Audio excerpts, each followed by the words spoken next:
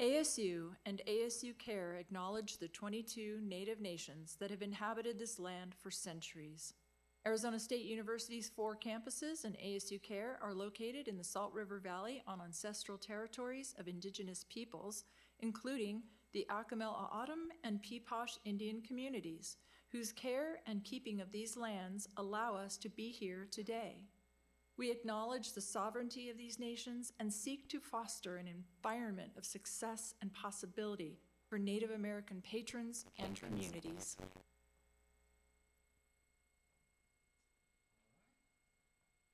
Well, hello. How are we doing? Awesome. I love it. It was about 7 o'clock, and my friends over here and myself were kind of wondering when people are going to start filtering in. So this is good to see wonderful faces here. We feel a little better here. So it's a pleasure to be here. I want to thank ASU Care for hosting the gathering, the storytelling series. I've done this previously. Last time I did this was during COVID. So there was no audience. It was just a camera. And so it was a little different back then, but it's great to kind of be in person and get that community atmosphere back. I'm Travis May. I'm the interim dean of academics at South Mountain Community College. I also teach storytelling classes there. So at South Mountain, you can actually get a certificate in storytelling. You get a 30-credit certificate. You can take classes in art of storytelling, multicultural folktales, fact-based, personal storytelling. And so you can take one-off classes or you can take the whole certificate. And so it's always been a pleasure to work there. I've been teaching there for about 10 years as well. And I worked at the college for about 23. So I started when I was 5. Yeah. But it's also my pleasure to be with some other great storytellers tonight. I'll be telling a folktale story, and then we have some other personal stories that you'll hear tonight as well. But before we start, I want to give you a little, is anyone interested in riddles or the Who Am I game? Anyone like that? I'm going to read something, and let's see if you catch on here. All right. So who am I? I'm your constant companion. I am your greatest helper or your heaviest burden. I will push you onward or drag you down to failure. I am completely at your command. Half the things you do might just as well turn over to me. I will be able to do them quickly and correctly. I'm easily managed, so you must merely be firm with me. Show me exactly how you want something done, and after a few lessons, I will do it automatically. I am the servant of all great individuals and of all failures as well. Those who are great, I have made great. Those who are failures, I've made failures. I am not a machine, though I work with all the precision of a machine, plus the intelligence of a human. You may run me for profit or run me for ruin. It doesn't matter to me. Take me, train me, be firm with me, and I will place the world at your feet. Be easy with me, and I will destroy you. Who am I? Anyone want to take a shot at this really quick?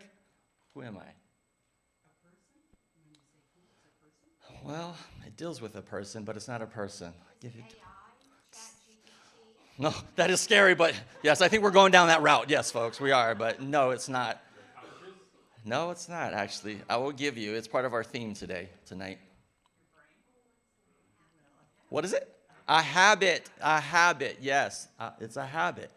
So it can make you or break you, the habits that we do. So think about your day-to-day things that you do are habits. So tonight's theme is force of habit. So you'll hear some stories tonight that will intertwine that theme in different ways and different angles. So it's kind of just bringing that to light. So when we think of stories and force of habit, I was working on a folktale. I was like, whew, what do I come up with? But I ended up coming up with one. It's called The Empty Pot. It's a Chinese kind of story. It's a book, actually. I read it to my kids many years ago, and it's something that's always stuck with me. So once upon a time, there was this emperor. This emperor in China, he had a huge problem. And that problem was he couldn't have any offspring, couldn't have any kids whatsoever. So he knew one day he was going to get older, he had to hand his kingdom down. So he talked to his advisors, his consultants. He said, what can I do? And they had a little brainstorm session. And finally, they came up with something. Well, what they did was they put out a decree. The emperor put out a decree in letters all throughout the land of China. And what he was asking for was kids from about 8 years old to about 13, 14 to come to the palace and to the gates. And then from there, they would pursue on what to do next. So the decree went out all over the land. People got these letters in their villages and towns. They didn't know what to do with it, but they came. So on a certain day at a certain time, they came to the emperor's palace. And there in the courtyard, it was laid out, and they saw all these young kids, and they were with their parents, their grandparents all around. People were talking, people were chatting. They had no idea what was going to happen. So the emperor comes out. He's on this platform up top, and he stands up there, and he says what his problem was. He said, I'm not able to have any children. I need to pass on my kingdom. And one of you out here, you youngsters, will be the next emperor. And of course, everyone's like, what? Yes, great, I have an opportunity. A lot of these individuals were poor, small villages, small towns. So what the emperor said was, all you kids can line up, and I will give you a seed. That seed, you take it back to your home, and you plant it. And in 1 year's time, whoever has the most beautiful plant or the biggest will be the next emperor. Now, of course, all the kids were very excited, and especially Ping. Ping was known in his village to have the green thumb. I mean, his dedication, his force of habit, was always to do things correctly. So he knew he had this. And his town knew that he was the best green thumb in the village. And Ping was about 9 years old. So everyone got their seeds. They took it back home. Ping got his, he took it back home. And right away, Ping got the soil, he got a pot. He put it in there, squished it down, watered it, put it outside. A couple of days went by, he would talk to it, make sure it would grow, gave a little bit of TLC. A week went by, he didn't really see anything. 2 weeks went by, he didn't see anything. Well, he had other kids in his village that came around looking, and they said, Ping, you don't have anything growing. Look at my pot. And it had a little green stalk coming up. Ping was like, how is this possible? I know I can grow things. This is crazy. I do things correctly all the time. I'm habitual about this. I know what to do. Well, the kids in his town made fun of him. Weeks went by, months went by. Ping had nothing in his pot. He got so upset, he'd throw out the pot, get more soil, squeeze it down, put it back out, talk to it, water it, put it in the sun. Weeks went by, nothing. By this time, the other kids in his village, their plants are starting to get a little taller, starting to have a little more leaves. Ping's like, I can't believe this. What is happening? So he goes to his grandmother. He says, Grandma, I have this problem. I know I can grow. I know what I can do. I've done this all the time, the same thing all the time. But this pot's not growing, and my friends are now making fun of me because they have something. And he goes, Grandma, maybe I should just put a different seed in there. Grandma says, well, Ping, be careful. Always be true to yourself. And if you're true to yourself, things will always work out. So Ping's frustrated. He thought about it. He went back to his house, and he said, maybe I should do it. Maybe I should not. But he thought about it. And he took his grandma's advice. He just decided to stay true to himself. So that's what he did. Same new soil, same seed, different pot, put it in, same thing. Nothing grew. By this time, a year has come up, and Ping has nothing to show for it. All the other kids in his village, they have now flowers that have grown on this, beautiful leaves. Some of them are this tall, this tall, this tall. Now it's time to go back to the palace. And all the kids come back 1 year later to the emperor's palace. They crowd out on the courtyard, and there's a lot of commotion and an uproar, and the kids are looking like, I'm going to be the emperor. I'm going to be the emperor. Look at your small plant. Mine is beautiful and yellow and purple. I'm going to be it. And there was all that commotion. So the emperor comes back on the platform, and he stands there, and he just gazes out, and he's looking at everyone. Now Ping, he was reluctant. He did showed up with his pot, kind of carrying it like this with the soil, and nothing else growing out of it. Kind of squeezes over, goes to the front, to the side, and just stands there. Kids are making fun of him. He has nothing. Look at that guy. Why is he here? The emperor looks out, scans. He really takes his time when he scans. And then he notices. He goes, everyone, I have it. I have the next emperor of China. And all the kids are like, yeah, it's me. Look at mine. It's me. You know, they're just have this commotion again. And he goes and he looks to the corner and looks over and says, you over there in the corner. And of course, Ping is standing there. He's like, me? He's like, yep, you, come here. So he comes out and he goes, what's your name, young man? He goes, Ping. And now everyone's laughing at him like, Ping has nothing in his pot. This is ridiculous. Why is he up there? And the emperor says, Ping will be my next emperor of China when I pass. And everyone was amazed, like, how can this be? And the emperor said, the seed that I gave you all was not supposed to grow. Everyone here has cheated and has lied, but Ping did not. And so everyone just got exposed right there. Ping now stood a little taller, was a little happier, and he had a grin on his face. He was amazed. And from that moment on, the emperor invited Ping, his grandma, and his parents to live at the palace. And the emperor mentored Ping and coached him until when the emperor got older and passed away, Ping finally took over. And when the emperor passed, and Ping was finally the emperor, he made a huge and grew every plant that he could find. And in the middle of it was the emperor's tomb.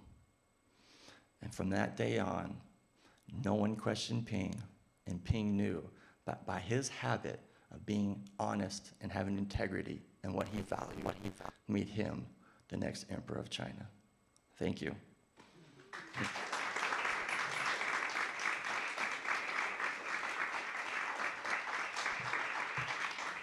Thank you very much.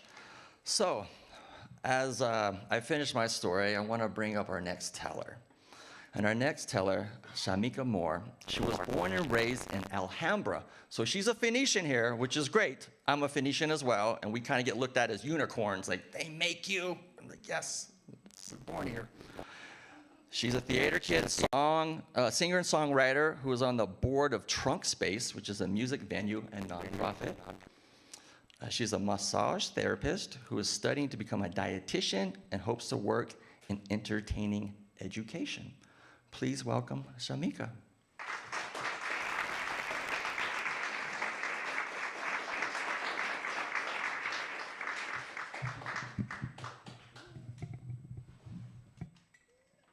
Hello. Hi. So for a long time, I was a self-help junkie, and I just couldn't get enough. I read every book with a vaguely triggering title, and I felt like I was really learning something from every book that I was reading. And there's nothing like confidently telling your friends that you've had a breakthrough and then proving yourself wrong within a week.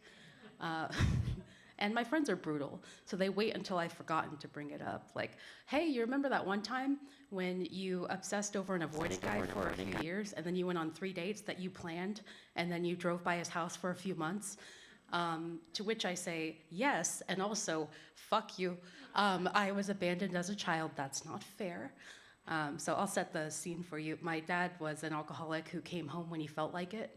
And my mom was a workaholic and a church fanatic who left us home alone way too early. So they gave me my superpower, which is limerence, which, if you don't know what that is, it's a tendency to chase avoidant people and idolize them. So I call it my superpower because it makes me special. But I read every book I could get my hands on, and I never saw a change in behavior. And I didn't know why. I kept falling into the same wishing well over and over and over again. And it turns out I wasn't actually applying anything that I was reading. I was getting gratification from each epiphany, and also a self-righteousness that I knew something that my friends didn't know. I was everyone's counselor, but I just couldn't help myself. My friends continue to be mean to me, but they are the best friends I've ever had, and they walk that tight line of telling me what they think they see, but also trying to be kind, but also trying to be realistic. and I never listened to them because I was too busy pining. I don't want to knock self-help. I genuinely like it, although I think a lot of self-help books have more filler than they need. They could probably just be a pamphlet. But what changed my mind about self-help and what really helped me break my addiction was the book. And I call it the book because I'm sure the author is a lovely person and I don't want you to go read it. But I was working at a metaphysical store and there was a book that was supposed to attract your soulmate. And it was a collection of journal prompts about your earliest memories and your parental dynamics and your self-image and all that fun stuff. And so I picked it up like, oh my gosh, I'm gonna find my soulmate. It wrecked me. It opened up a bunch of stuff that I wasn't ready to process yet. And I actually ended up seeking counseling, which I should have done a long time before that, but it was time. It was time for the universe to send me to counseling.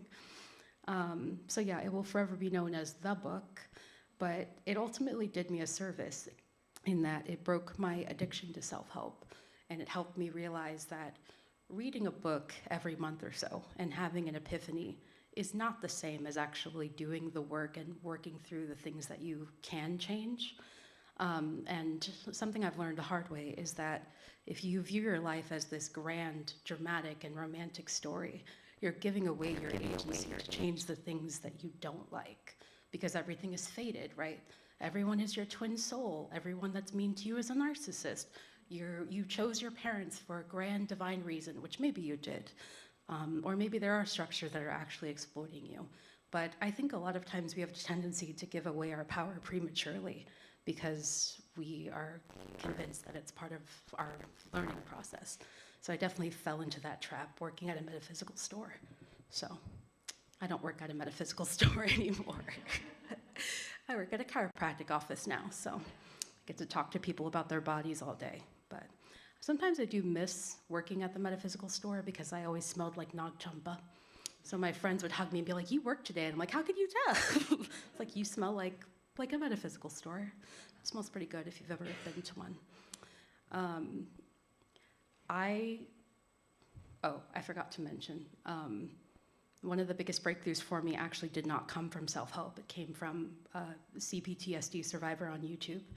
I finally learned about CPTSD and emotional dysregulation, and I finally had an explanation for why I tend to get flustered and foggy-headed when I'm stressed out. And I learned tangible techniques to work through those periods of dysregulation. And that's something that self-help books never taught me. They always tend to have a central theme, and then maybe there's like a program or a journal prompt. But if you're just reading them and like, wow, I've learned so much, but you're not actually seeing any changes, you might be a self-help junkie like me. So there's a lot of non-experts who are experts on their personal experience, and sometimes you can gain knowledge from that. And sometimes you need to see an actual professional. It just depends on what the problem is. But that's it. Thank you.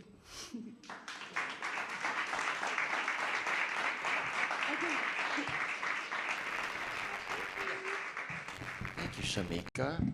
Thank you. One of the things I really love about your story, and it's personal, is the vulnerability piece, right? To open up, especially to strangers who we don't know, and where you're letting you peer into the storyteller's world. I think there's a lot of confidence that comes with that, and so thank you for that. When it comes to your story, how did you come about telling that one? Why did you choose that one for tonight's theme? So I've done the Moth Story Slam quite a bit, and so I've been like digging around in my subconscious for like 6 months now. And I've tried to pick something that I haven't actually talked about before, and I reflected back on that time when I was so deeply addicted to self-help, because it feels like a whole lifetime ago, because I was like superficially healing, but I wasn't actually healing anything. And so now, like, not to brag or anything, but I feel like I've really healed a lot. So looking back at my constant stress at that time, like my constant dysregulation, I'm kind of surprised that I thought that I was really healing. So looking back at that, I can definitely see it as more of an addiction, like, oh my God, I figured everything out, it all makes sense. And then every month that happens over and over again. So that's why I would say it's probably an addiction. Okay. Wow, thank you very much. Let's give her another round of applause, please. Thank you.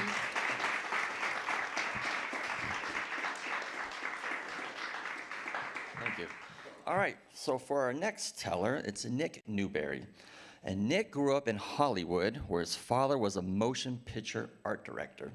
He came to Arizona to study at ASU and has lived here ever since, working as an architect, architectural illustrator, and concept designer. Over the years, he's written plays for community theater, performed with other musicians, and composed and recorded numerous songs and orchestra compositions. He likes to be painted in watercolors, and he has run 13 marathons. That's crazy. That's crazy. Well, so please give him a round of applause as Nick walks up here. Thank you.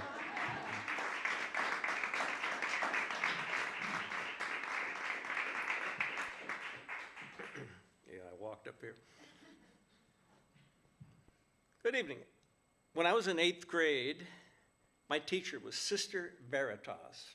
Veritas is the Latin word for truth. Sister Veritas was a force, and she wore a habit. So when I heard that the theme tonight was force of habit, I had to tell you about Sister Veritas, so now you know where I'm coming from tonight. When I say she was a force, in the best sense, she was challenging, she was creative, and she was really cool, really cool.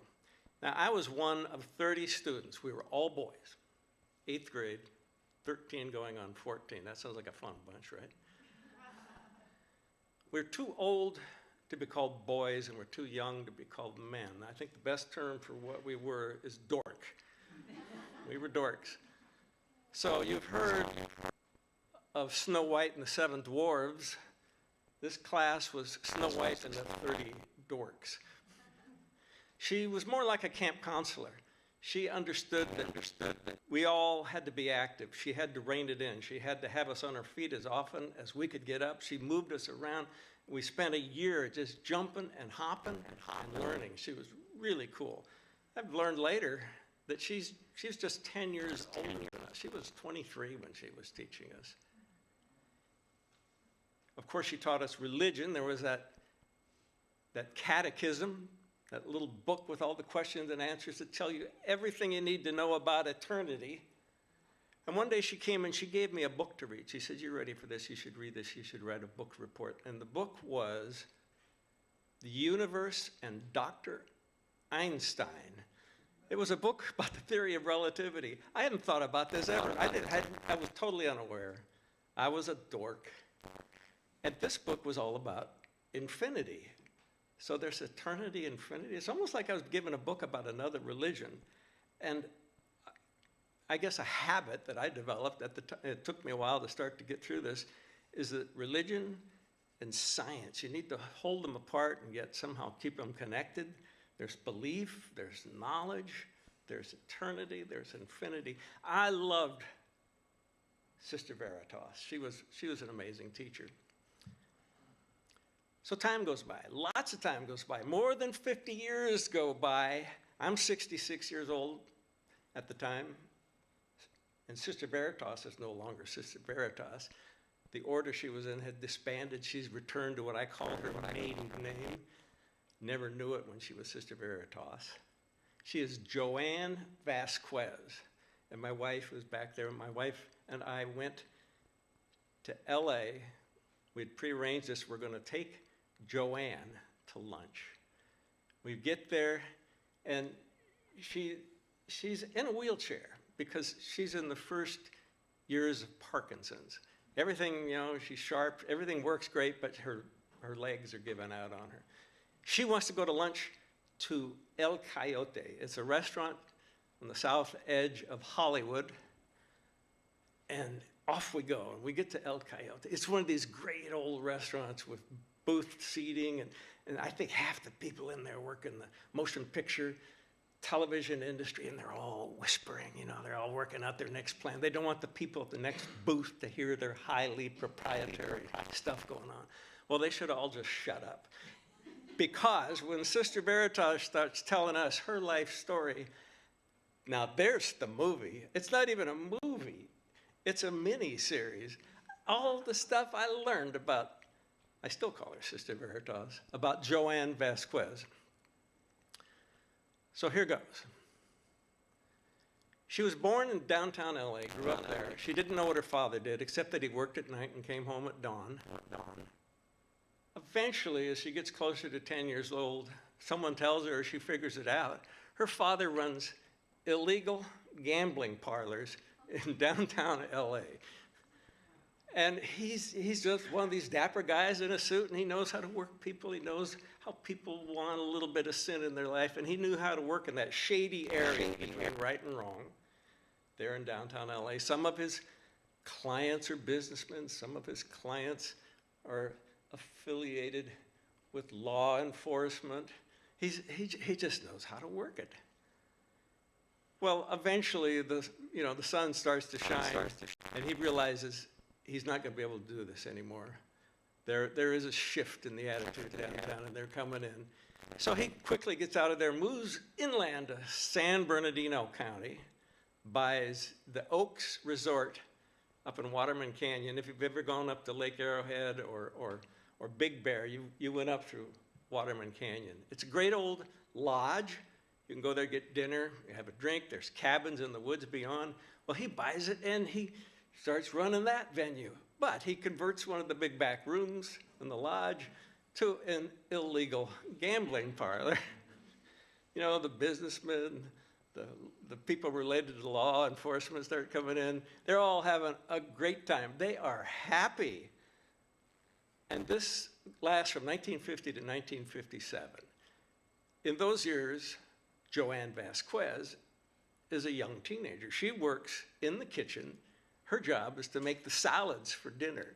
But it's all family. She's got a brother. She's got two sisters. They're all working for the old man who's got an illegal gambling parlor. Well, one day in 1957, the light shines.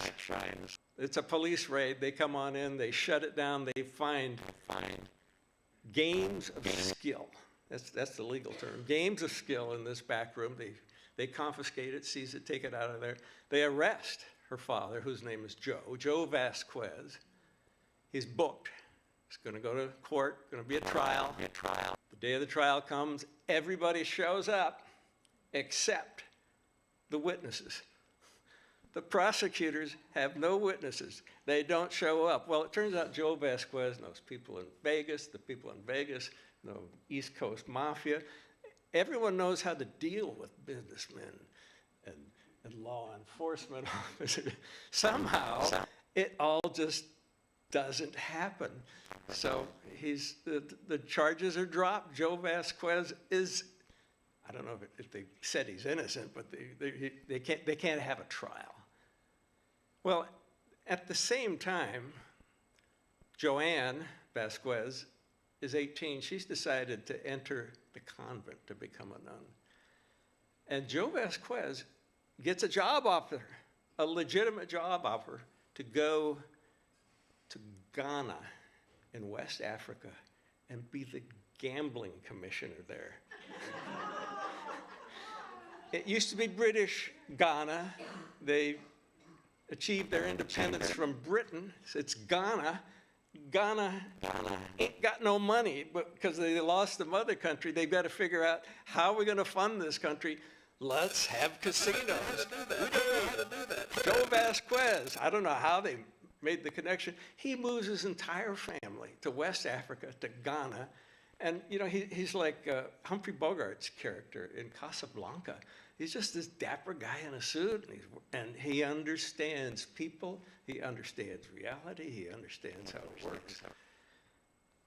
At the same time, I'm in 8th grade with Sister Veritas. And I come to find out, while we're drinking our margaritas, that the summer before I was in 8th grade and the summer after, her family flew her to Africa to stay with them in Ghana. So she's off in another continent at a gambling casino. I don't know if she was making salads for them, but you know, it's like. You know, I thought life was about eternity and infinity, these abstract concepts. And she's telling me, you know what? Life for all of us in one way or another falls far away from that, and it's just, it just turns out the way it turns out. When the Order of the Immaculate Heart disbanded in 1970, after that, yeah, she became an ordinary citizen again, so to speak. I call it her maiden name. She's Joanne Vasquez now. But she moves on. She's got a plan. She goes to Santa Clara University. She gets a PhD in education. She writes books about how to teach children in grade school about science, because nobody was doing this. She's proactive. We got to start science in kindergarten. She was an amazing person. She stayed on at Santa Clara. She became the associate provost. The man, Jim Sweeters, who was the dean at Santa Clara, he used to be a Jesuit, but I think the word is laicized. He gave up the priesthood and becomes an ordinary citizen again. The two of them marry. They were married for 30 years until he passed away. A few years after that, we're there having lunch with Sister Veritas. What an amazing character. And the point is, there's these big concepts that we learn, bigger concepts. We try to pull it all together. And yet she told us that day over lunch how her life really turned out. Sister Veritas, a force of habit.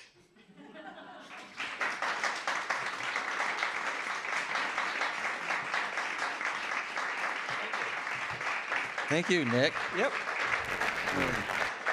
What an interesting story. So I have a question for you. What happened to Joe? Oh, the old man? Yeah. Oh, well, the day comes in Ghana, the government changes. He's told, you got to get out of here quick within 24 hours. You're going to love how this ends. They're out of the country. They go to London, they go to Canada, they come back down into the States, and he goes to live with his son. And where does his son live? This is where Joe Vasquez spends his final years. Tempe. Wow, really? So now you know the rest of the story. So he's got a speakeasy in Tempe or something, right? Yeah. Sure. Knock on the back door. Wow. We could do some research.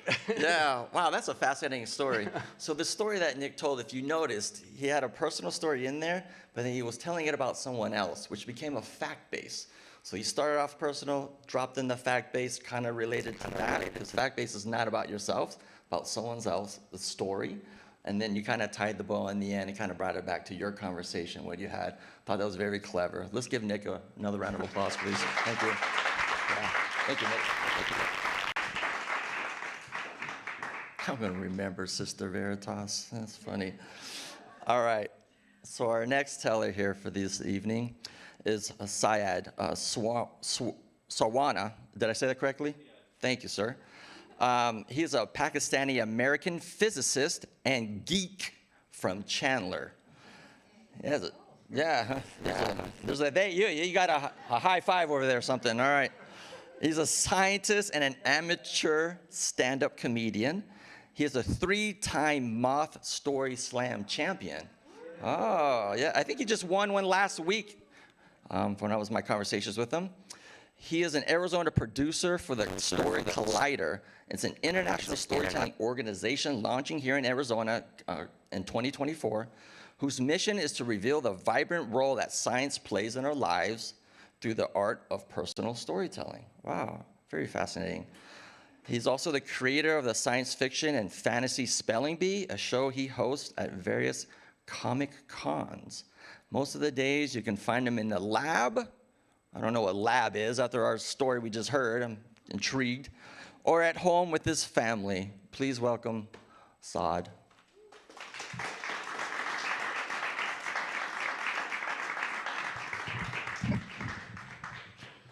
So growing up, I wasn't the class clown, but I always wanted to be. I had this habit that if there was an opportunity to make a smart aleck comment and get a laugh, I took it as my personal responsibility to get the biggest laugh possible. What kept on distracting me and from grabbing the class clown title was my nerdiness and my love of science. So my studies kept on distracting me from clowning around in a reverse sort of thing. But I was growing up in the 90s, and the most popular book in those days, similar to the previous storyteller, was The Brief History of Time. Everybody claimed to have read it and understood it. I didn't understand any of it, but I got the science bug, and then I left Pakistan and I came to North America, and I started going to college for undergraduate degree in physics. And that's when I realized that you could do comedy here and do science at the same time. So I joined the college improv troupe, and then I started doing a little bit of stand-up. And then school was over. I started doing stand-up, but it was time to move on. So I did what every other undergraduate does in this situation. I went to graduate school.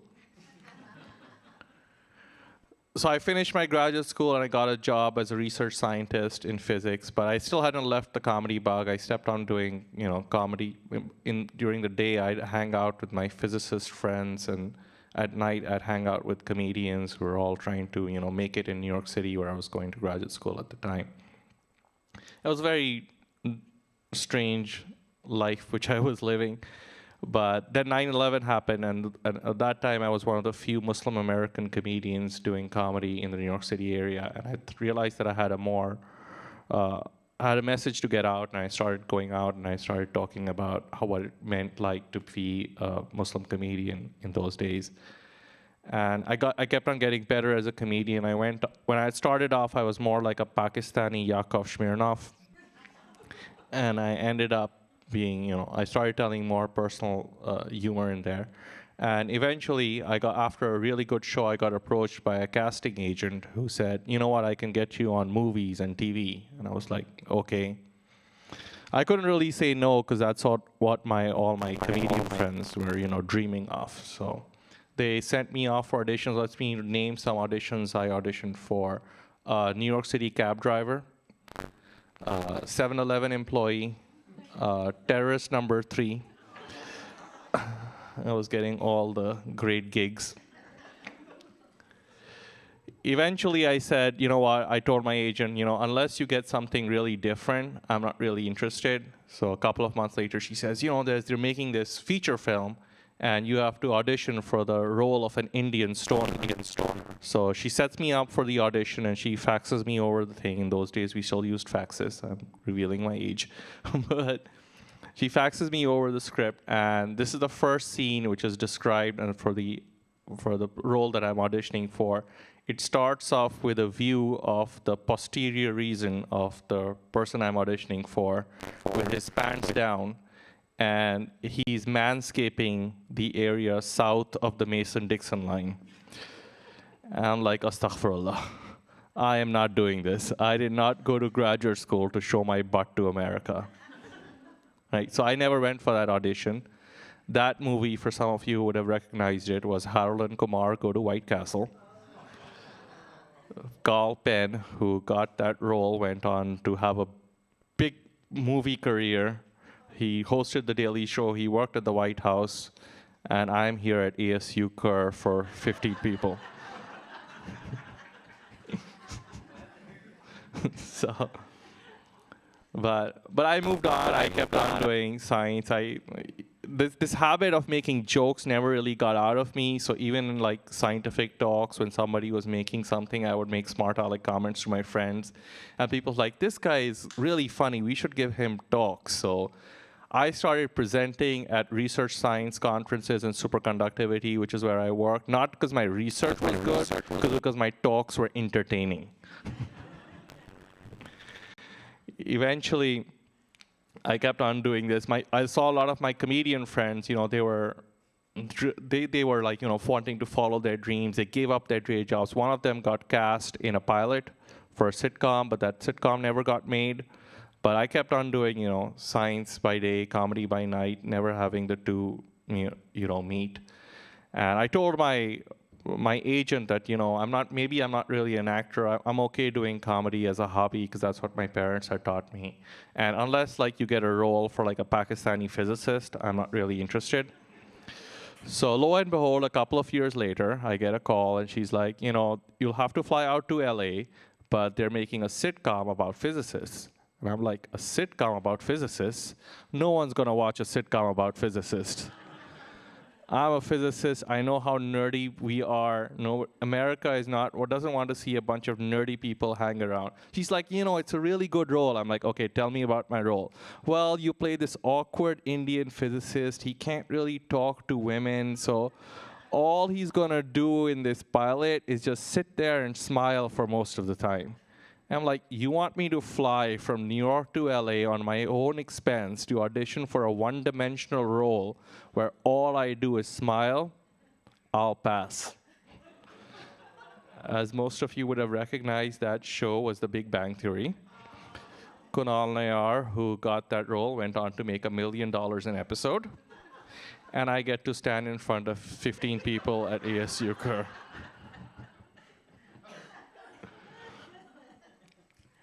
But I move on, I get married, I have kids, I still keep on doing comedy on the side, but I start bringing more science into my comedy, and then a couple of years later, I get contacted by the Discovery Channel, and they're making a show where they're looking for funny scientists to, make smart aleck comments about science, and I'm like, I can do this.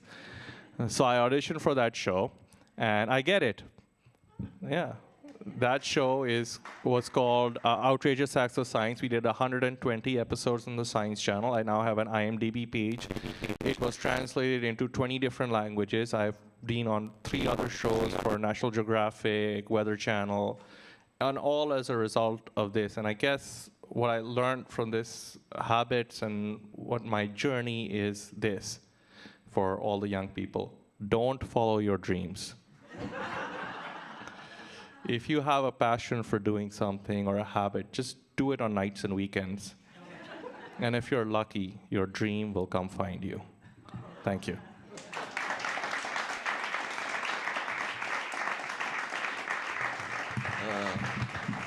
Very funny. You could definitely see his comedic side come out here. Very well done. And so for him, he did tell his personal story, put a lot of humor in. I do love how you did throw in the science part and the comedy side. So I thought it was very clever how you put that into your personal story. So for me, a question I have for you is why the two? How did that come about? Is it always in your nature to be funny? I think I was always making these smart aleck comments. My parents always said, no, comedy's not a career, Like other parents would encourage you. They didn't discourage me. They just keep it as a hobby, have a day job. Yeah. And it was always in my head there was always a day job. So I never took the risks. Wow. That's why I always refused all these opportunities, as you can hear. But I'm here at ASU Kerr, and they're making millions of dollars. So who won? Yeah, you let us know that quite. That's great. Who wants $1 million when you can be here? Yeah, sorry. All right. No, well done. Let's give him another round of applause, Richard. Thank you. We got a little time here. I'll tell you a quick little story, and then we'll have a kind of Q&A. And so we have about till 9 o'clock here, so I'll tell a quick one. But it's really about the vulnerability piece, because I really wanted to bring that to the forefront. Because anytime you get in front of an audience, it can be a little nerve-wracking. You're kind of telling on yourself a little bit. So I'll tell you a quick story and hopefully kind of connect the dots with that. So some time ago, there's a man who lost his job. He was there for 20 years. Got laid off, and he was really distraught. So he went online looking for ads, whatnot, and he saw a job that said $100 an hour. He's like, what, $100 an hour? But it said under there, call the zoo manager. He's like, what, call the zoo manager? I don't understand. So that's what he does. He calls the zoo manager. He says, I see this ad, $100 an hour, I'm interested. Zoo manager says, come down tomorrow morning. We'll get you set up. The man comes down, finally gets into the manager's office, looks around, he says, okay, what is it? $100 an hour, I'm interested, I need a job. He goes, well, the zoo manager says, well, you see, our gorilla got sick. We need someone to fill in for the gorilla. He's like, what? He goes, don't worry, we'll give you an outfit. We'll give you a suit. Wear it. It's all good. It's all good. So the man goes, you know what? Sure, it pays well. Goes into the next room, puts on his outfit, puts on the head, and he's like, oh, I look like a real gorilla. This is great. And then he comes around. Manager says, you look awesome. Let's get an exhibit. The zoo's about to open. Man's like, great. Goes in the exhibit, he's walking around, he's like, what do I do? I beat on my chest, or I make sounds, he doesn't know what to do. Now the zoo's open, kids are coming around, he's starting to see an audience build up around him. He noticed there's this branch, thick branch with a rope on it. He says, you know what? I'm gonna swing on it. So he gets on it and he starts swinging. He's really getting into it. The kids are taking photos. He's like, man, I'm doing a good job. This is great. So he keeps swinging. He gets so high off his swing, he slips off the rope. And he goes over the wall and lands in the lion's exhibit. Boom. Now, the male lion, being lazy, is laying there, gets up, shakes his mane, looks over, he's like, something is in my exhibit. Gets really upset. Now, the man in the gorilla suit, he's like, I need help. I'm a man in a gorilla suit. Kids are like, the gorilla can talk. Whoa, whoa. They start taking photos. He's like, no, I need help. The lion gets up and starts to charge the man in the gorilla suit. Charge him. Gets up to the man in the gorilla suit, pins him down, opens up his big mouth and says, quiet, you're going to get us fired. So, when it comes to the vulnerability piece, tying that back, sometimes we wear suits. We wear a mask, right? We're not showing our true selves. But getting up here is about authenticity, and it's about revealing that. And so it's a huge kind of step forward as we do that in our lives. Put down the suit and see who we are.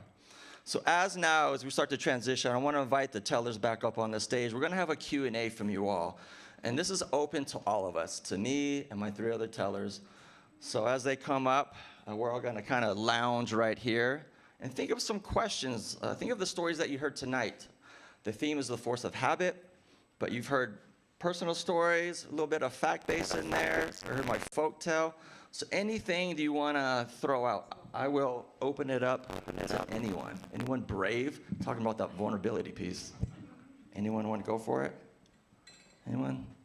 Don't be too shy. The floor is open. Yes.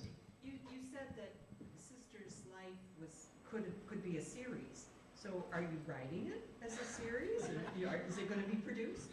You know, I just thought of that idea about 2 days ago. Now this is proprietary, so if any of you steal it. I do enjoy writing. It's since I've retired, I was an illustrator.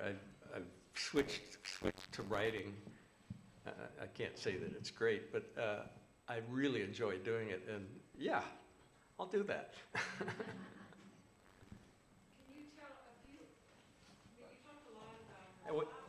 You got a microphone coming. Hang on. You told a lot of great little stories about Sister Veritas's father, but can you give a few anecdotes about her life and kind of some of the incidents she would get into? And Sister Veritas, you mean? Yeah, and any way you can say, how did she choose to go into the nunnery from this? That's the key question, which I never asked at that lunch. But I think deep down she was a good person. And in those days, Catholic families, there was a kind of I don't know if you'd call it pressure, or at least a great amount of pride if one of the children of usually large families chose to go into the priesthood or into the convent. I left out a lot of little tidbits because, that's my wife asking the question. It's a setup, folks. It's a setup. Yeah. We got to kind of cut to the chase here. There's a lot of stories about her, but I think that I'll leave you with one. She told us that when she was a kid in L.A. and her father was working the illegal gambling parlors, he came home in the morning dressed as a milkman, and she thought he was a milkman because he wanted to kind of be invisible to the law. And cops out on the streets at night, if they saw a man dressed as a milkman, they kind of didn't give him much regard. But if there was a dapper man in a suit, they thought, this guy's got a problem, and we're going to follow him. So she thought he was a milkman. There you go. There's a little side story. Very good. Anyone else? We have another one in the back. My father was an educator, and one of the greatest joys he used to have was to have a former student come back and talk to him. So had either of the other panel members there reached back and had an interface with any of their educators? you know, oh, you want to go ahead, Shamika, go ahead. I was more just nodding in general, but yes, I'm Facebook friends with some of my English teachers because I tended to gravitate toward my English teachers as like a safe adult that I wanted to talk to. So I was the student that was always like hanging after, like trying to have a personal conversation with them. But I'm friends with some of them on Facebook, and I, share writings and stuff, and it's really nice to see them as like just intelligent middle-aged women that are super supportive and see, about their grandkids, or some of them are just living their best single life, and I'm so happy for them. But I love to get to know them as adults. It's very interesting. Yeah, for me, I've been very fortunate. As I mentioned, I worked at the community college for 23 years, and I started in my mid-20s.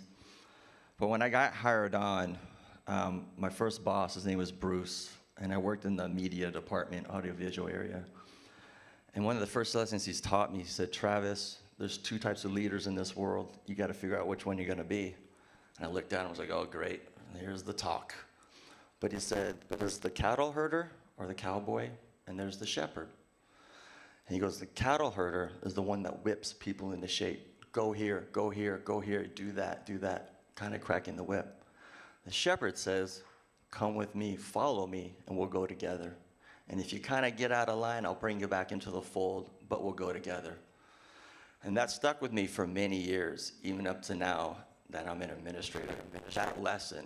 And when I look back on my life, being an instructor, being in a leadership role, I am the shepherd. And I had lunch a year ago with Bruce. I haven't talked to him for over 10 years. And I reached back out to him, and we went out and had lunch.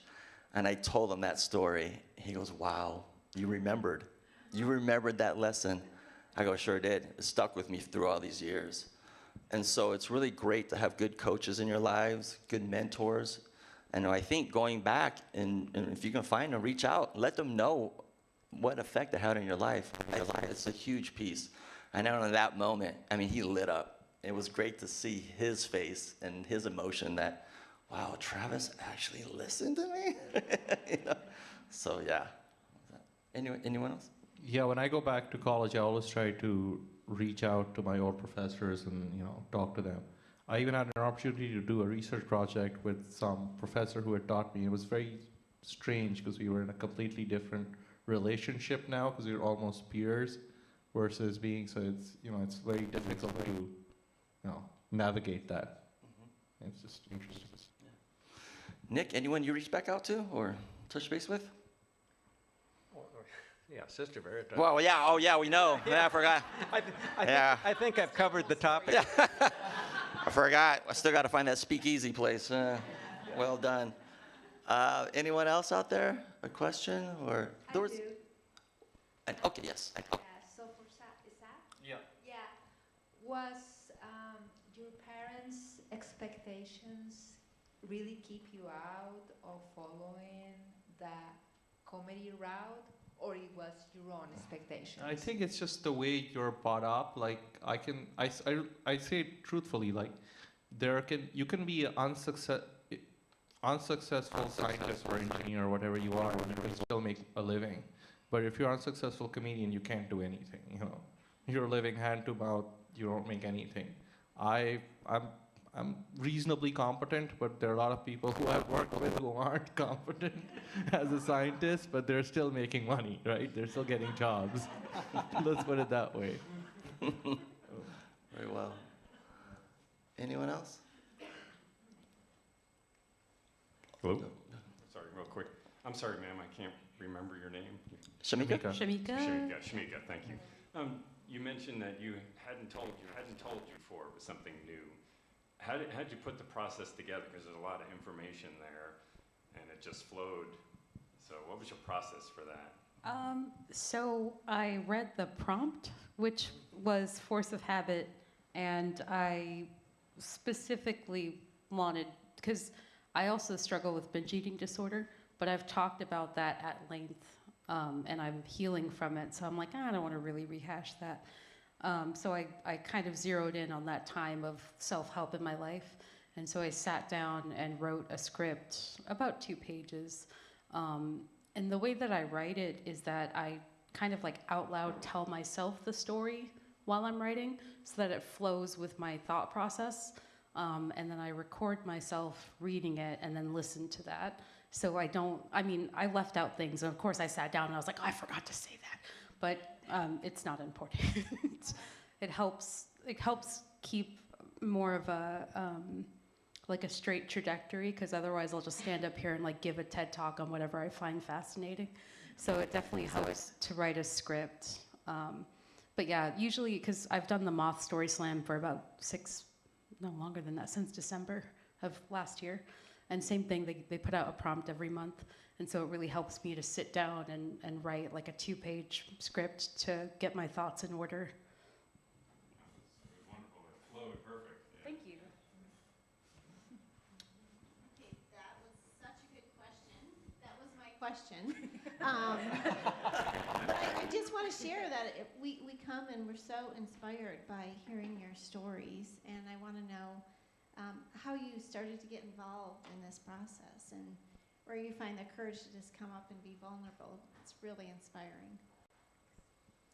You want to answer that? Yeah, sure. So I'm a singer-songwriter, so I've gotten used to being like vulnerable in front of people. But a friend of mine hosts the Moth Story Slam in downtown Phoenix, and he put me on the guest list one night and was like, hey, I really think you would like this, and I did. So I started going like pretty much every month, and just really, I love it. I really got into it. Sometimes I do get a little nervous, but it helps to have the script, and also helps that I like to talk to people. So that's how I got into it. Yeah. Nick, and your thoughts? How did you get into storytelling and your process? How do you go about it? How do I evolve the story? Or how did you get into storytelling? Let's start right there. How did you get into that? Yeah. You know, I'm an illustrator, and I, long before I cared to stand up and talk to people, I love doing drawings. I created them, but when I do them, you know, they're over there, so people aren't looking at me, they're looking at the drawing. But an illustration is very much like telling a story. I did architectural illustrations. They had to be compelling. They had to sell an idea. They had to explain something. There had to be light, shade, and shadow and foreground. It's like imagining a story. And so when I finally got to the point where I felt I could stand up in front of people who were looking at me and not at my drawing, I had to like step up and make a jump up. And I was about 40 when I did that. And I actually found it kind of easy. I wasn't particularly afraid of people. I just had never done it. I'd never just to do it a few times and realize you can do this and not fall over. So that's kind of how I got into it. But I'm not good at memorizing. I used to direct plays. I could never figure out how the actors could memorize those lines. But I can see a story. If I can see it, I can tell the story. But if I have to say it word for word like on the script, I never could. I don't know how people do that. So if I can see it, I can tell the story. If I have to do it from memory, I'm going to have to keep going back and remembering what word I dropped. You know, you're bringing up a good point, because storytelling is different from acting. Acting, you have to memorize lines, and it's an on-stage thing, right? But being a storyteller, you're interacting with the audience. And you said it. If you can see it, you can tell it. The easiest way to tell a story is pictures. It's not about really writing it out, although it's totally fine. But the way I tell stories, I storyboard. I see the pictures scene by scene by scene. And it's a whole lot easier seeing it, because we're humans, we see things visually a lot, right? When you describe something, you're seeing the picture in your head. When you describe an object or someone that you know, it's the picture. You're not seeing the words. And so that's the easiest way to formulate a story is you can write it out, sure, but don't feel like you have to stick to that word by word. There's a lot of freedom and creativity in a storyteller. But if you can see it, you can tell it. That's, yes.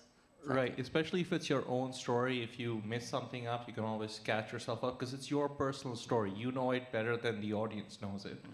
So you can always change the order, mess things up, and still catch yourself and fix it. Because it's just like getting in front of a dinner party and telling a story. Something will happen. It's just taking that to a little bit of a higher level. That's about it. You're exactly right. And with that, it's your personal story. So if you mess up, nobody knows. Nobody knows. Because it's your story. They have no idea what you're going to say. And for me, even if it's, like I told the folktale, even if I messed up there, it doesn't really matter. You just keep going on. You don't have to stumble over it. You just keep rolling with it. If you need to bring it back in, if you missed a point, you can roll it back in, right? But I think we get caught up in our own minds of like, oh, I messed up. The audience does not know that, really, you know? And so it's just, it's in our own heads. But I guess also for you, how do you go about your process as well, as far as crafting a story? So I started off storytelling through the Story Collider, which I was trying to promote in my bio, because that's who I am. I'm a scientist, and all these other things, storytelling and comedy, is just sort of like a side thing for me. So I got involved with that. They always said to build a story arc. So I think so the story which I told at the Story Collider maybe 6 years ago or something. And if I can do a little bit of a show and tell, I want to show something. So in the back, can you bring the screen down? Just for later, if anyone's interested, I'll show a little bit of something. But I'm interested. I don't know what's happening here. This is it's not on my script, folks. I didn't know you could do that. I just noticed that you could do that, and I happen to have something relevant to the story on my phone. That's why you should have it in Dropbox. But either way, so I started doing storytelling to that, and then there were parts, like I've told a section of that. In stand-up, you always have to do setup, punchline, and you don't get a chance to really tell a story and have silence and have people listen to you. So here, what I have here is the actual facts from Harold and Kumar Go to White Castle. And it's right there, and I'll read this out. Right in the bed, suddenly Kumar standing butt naked in front of a full-length mirror in the living room. There's a clipping sound coming from Kumar's direction. Harold stares at him, shocked and appalled. After a couple of seconds, he can't take it anymore. Harold, Kumar, what the hell are you doing? Kumar, I'm trimming my pubes. I stopped at that point. And look, there's like clumps of hair falling on the ground. I was like, my God. If my mom saw me doing that, my God, my Muslim mom, she would like freak out like crazy. I love it. I love that. That's a nice little tidbit there. I mean, you're part of history, honestly. I mean, that's really kind of cool. Oh, it's funny. You should put that on eBay. Proof. You can make your millions putting that on eBay. I'm sure a lot of people got that and went for that audition. Not me. I love it. Another question? So, yeah. And here you are at the Care Cultural Center. Reading that out, and it's being recorded. At the prestigious ASU. Yes. I had a question about the process up there. All of y'all did a great job and very natural. Everything just seemed to flow. But when you're in the moment and you're going through it and you feel yourself starting to go shiny on that and you're kind of getting off topic, do you feel yourself going that way? And how do you rein yourself back in? Well, in my case, that's kind of built into my storytelling because I have a tendency to like go on a tangent. So when I'm sitting and writing, I just build that in knowing that that's like how my thought process works. Yeah, but also I have a bad habit of semi-memorizing, which I now know I probably shouldn't do that, but I'll get off track and I'll pause, and then there's a moment of panic. Well, and I think that also comes from being like not the best actor, because I am a theater kid, but I was a tech kid, so my brain is like line. Like I'm waiting for the mental connection to like the next part. So I guess it's something I could work on, but I do tend to go off on tangents, and it's built into my storytelling that way. It's not always linear or even chronological. I tend to think in spiderweb, so that's kind of how my storytelling is built. Nick, how do you?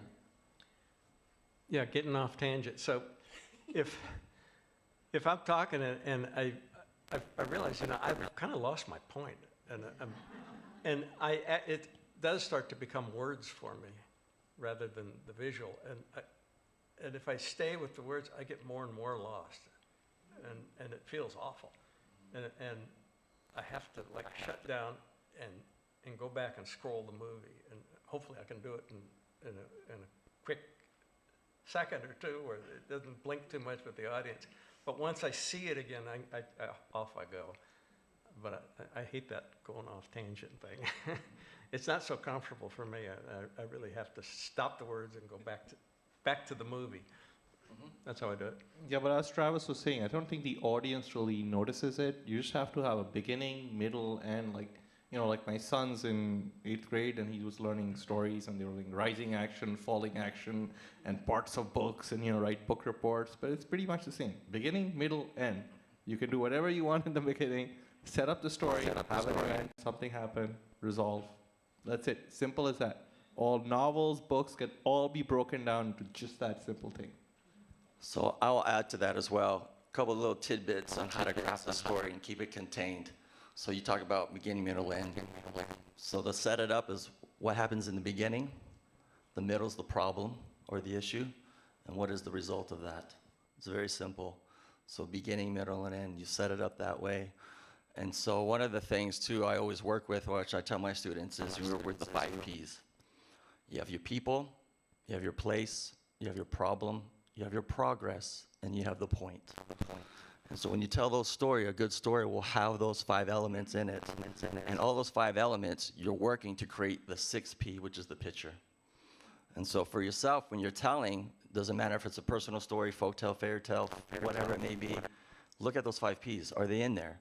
Because for yourself, you have to get it in your own head. What does that character, right, or that people, what do they look like? Is it me? Is it someone else? Where does it take place? You can describe a little bit of that. What's the problem or the issue?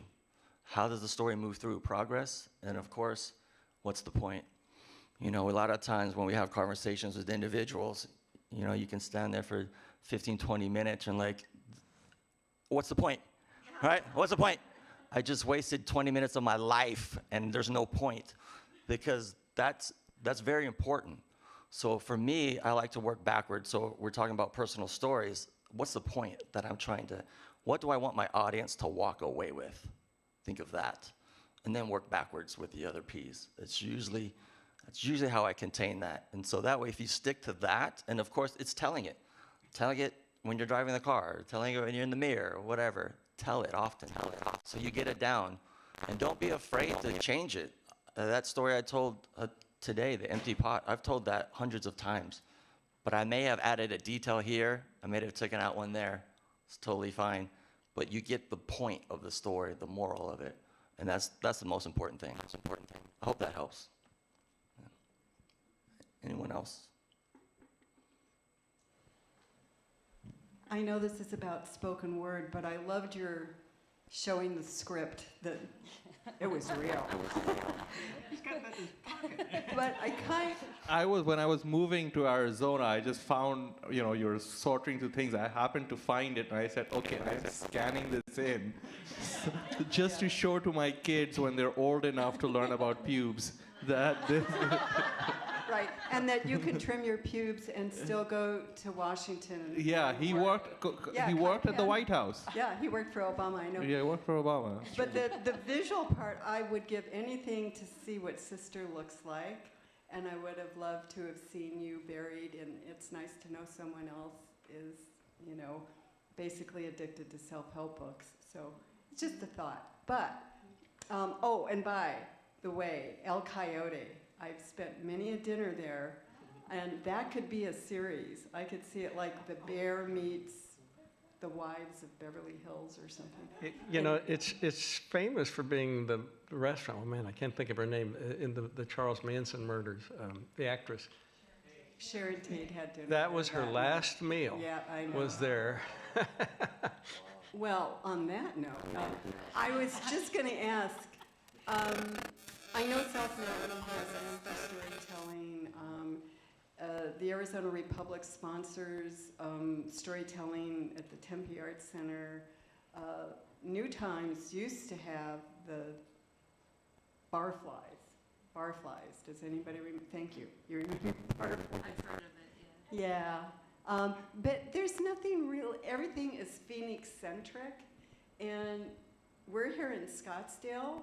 and not all of us are Snotsdalians, and there's a lot of interesting older people here that have lots of wonderful stories, and yet there's no groups or classes. Is there, you know, there's nothing at Scottsdale Center for the Arts that I'm aware of. There's nothing that I'm aware of at Scottsdale Community College or the senior centers. Maybe one of you guys would want to start a class, an ongoing class or group here. Because the East Valley is just like, you know, Yeah, it's we're here. We want to learn. yeah. If they come up with cloning, I would love to do it and spread myself around. Honestly, we have individuals who've come from Miami Globe and take classes down once a week with us. We've had some from Casa Grande, Tucson, from all over, because we have that storytelling institute, and our institute is really focused on oral storytelling.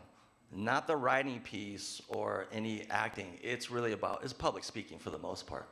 So how do you get up and tell a story in front of an audience? How do you craft a story?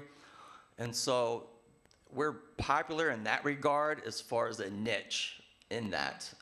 We do have, because South Mountain is part of the other Maricopa colleges, 10 other colleges, but I don't know if they all offer storytelling. But if they do, they may offer it more like a writing or a humanities, a little bit different. Whether we are about just the oral piece of it and the cultural aspect of it as well. I understand that. Yeah. And that's why I'm saying, you know, CARE is part of ASU, which is part of the universities here in this valley.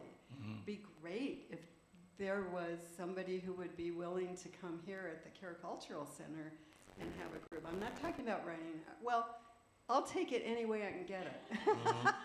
You could start your own group, you know, put it on like Nextdoor or Facebook or something, like, hey, I want to start a storytelling group.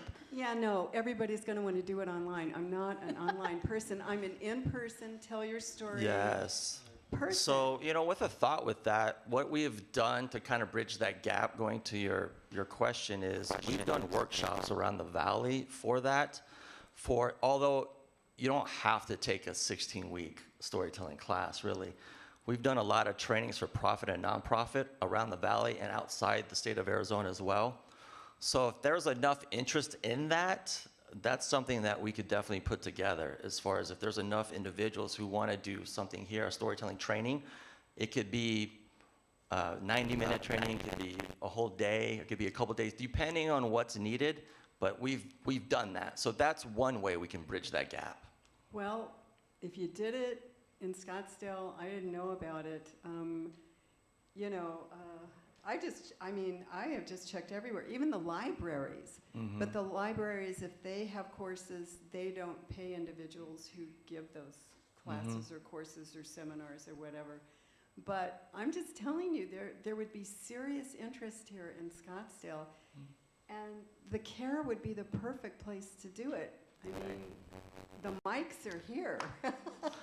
No, yeah, and that's it's a great idea. Thank you. Yeah, really great. We'll get Travis and we'll work on it. There you go. And I don't know her, so this is not. Oh, there's no money exchange here behind the door? Okay, all right. No worries. This is a setup. No. Yeah, no worries. And I'm not his other wife. I will take money.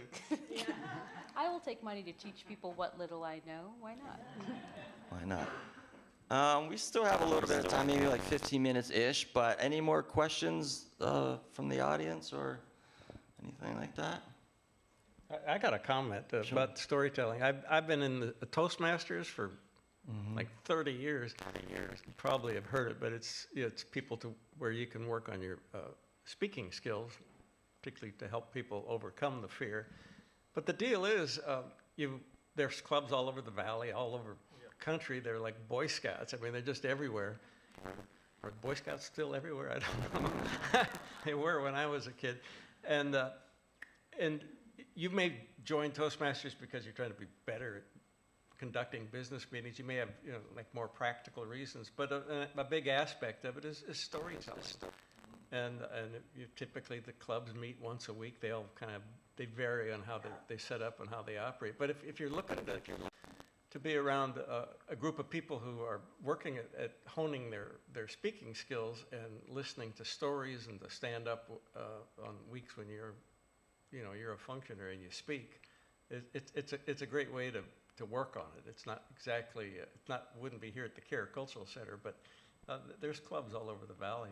Yeah. Toastmasters is good, and just a pitch for the Story Collider again. The Story Collider does do workshops where they go around to different scientists to try to teach them storytelling, because that's a good way to relate and connect with students and stuff like that. So that part to help communicate science, so that we do workshops on that aspect as well. Storycollider.org, look it up. Anyone else? Last thoughts? Oh, I have. On a related note, this is more of a branch off, but if you're interested in learning improv or like comedy skills, there's a collective called Monster Improv that Jose Gonzalez runs. It is mainly Phoenix-based, but they do performances around the valley. So if you've ever had an interest in improv, or if you want to see some improv, Monster Improv is your go-to. As long as we're doing plugs. I'm in the... It's plug time. Plug time? All right. I don't know your definition of plugs. I don't know. Be careful. All right. I'm in the finals for the funniest comedian in the valley, which is a stand-up comedy contest. We started off at 130. We're down to the final of 10. I'm in the finals. Hey. We're at our Tukey at Cactus Jack's. This Tuesday is the final.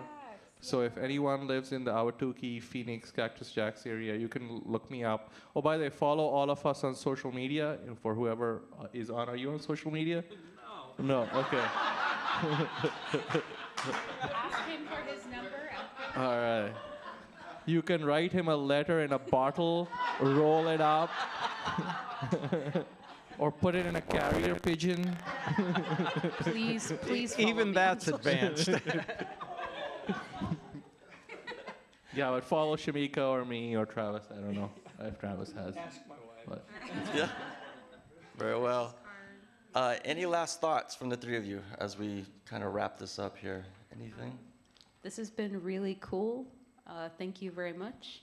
And I think both of us, I'm not sure if you've been to the Moth before, but No, I've been to some other venues, but not the Moss. Yeah, the Moth Story Slam is another great resource for storytelling. So if you like storytelling, definitely check it out. As a matter of fact, it's an open mic, so you can sign up and do storytelling once a month. It's at the Crescent Ballroom in downtown Phoenix. The Moth Story Slam, which NPR hosts, if you listen to the Moth on NPR. It's really cool, and I think it's like $20 entrance, but you get to see a bunch of really cool storytellers. Unless you have a friend who can get you free tickets. I have a friend who gets me free tickets, and I appreciate it. Nick, anyone else? With you? Any last thoughts? You good? Any other plugs for you? No? All right. Well, tomorrow, I'm at House of Comedy, Sunday Night Fun Days. All right. You're really just like booked and blessed. That's wonderful. Well, I have some last minute things I'll have to read off here, and it's about the next Gathering Storytelling event, and it's on Friday, October 26th. The theme is Rebel with a Cause, and it's a very special event because we have performer, writer, master of many things, John Spillman, as the guest host. So if you're willing to do another one of these shows and come in person, that will be October 26th.